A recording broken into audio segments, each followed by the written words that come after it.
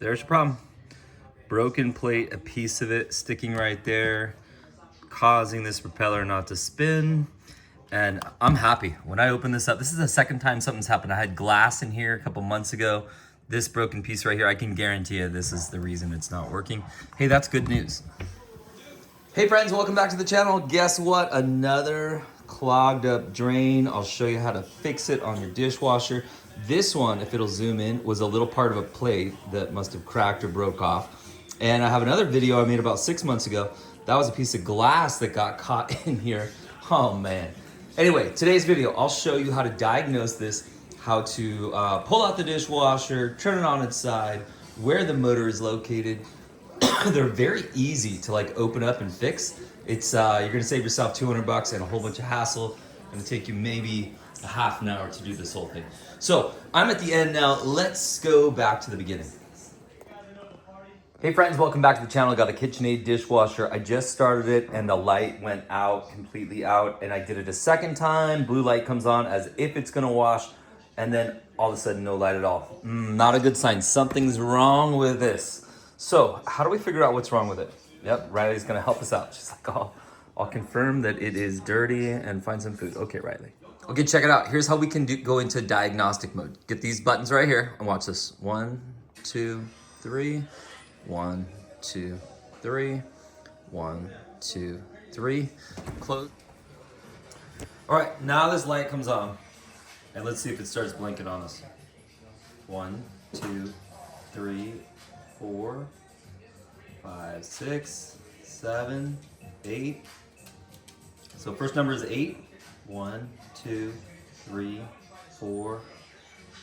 8-4, 8-4. Okay, let's see. So the 8-4 code can mean several different things. The most common, and one of the most common reasons why your dishwasher could be clogged, is that there's going to be something that got trapped in there that made it past the filter that's clogging up the actual motor from spinning. And that's going to be the case on this one right here, by the way.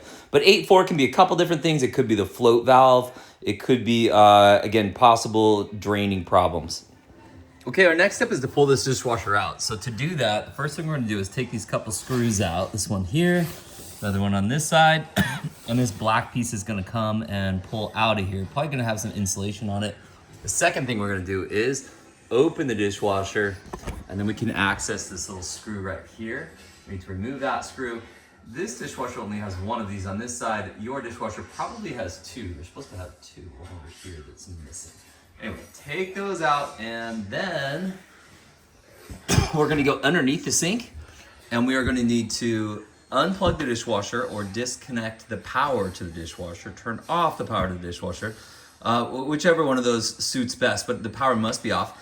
Also, the water and drain likely need to be disconnected. However, on this one right here, these are longer, so I can actually pull out this dishwasher, leaving the water supply and the drain connected.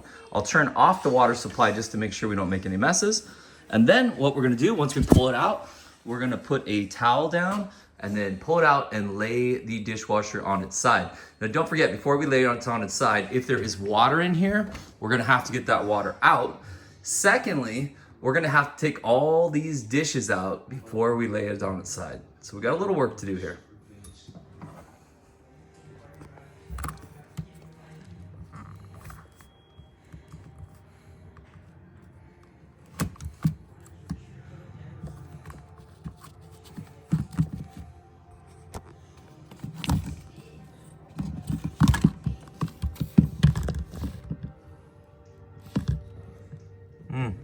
What's that? What's that? There you go. There's your problem. Broken plate, a piece of it sticking right there, causing this propeller not to spin. And I'm happy. When I open this up, this is the second time something's happened. I had glass in here a couple months ago. This broken piece right here, I can guarantee you this is the reason it's not working. Hey, that's good news. Okay, so put that back on. Give it a nice turn. Double check everything's in there well. I think that's it. So now I'll go back underneath, plug it in. Now again, I got lucky because my drain and supply water are long enough that I can do this without having to disconnect them. But I do need to go plug it back in. I'm gonna go ahead and put in that bottom rack back in there. We'll do a little test run here and let's see if it works.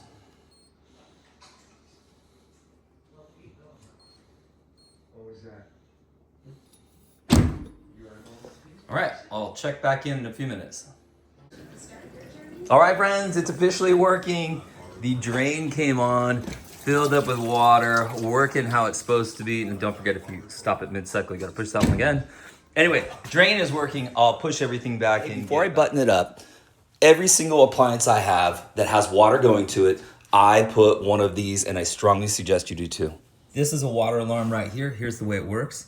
These little prongs on the bottom, if those 4 prongs get water on them, like this, it alerts you, lets you know you have a water issue. So everything's all buttoned up down there. I'm just gonna gently slide this in. It'll just live right there.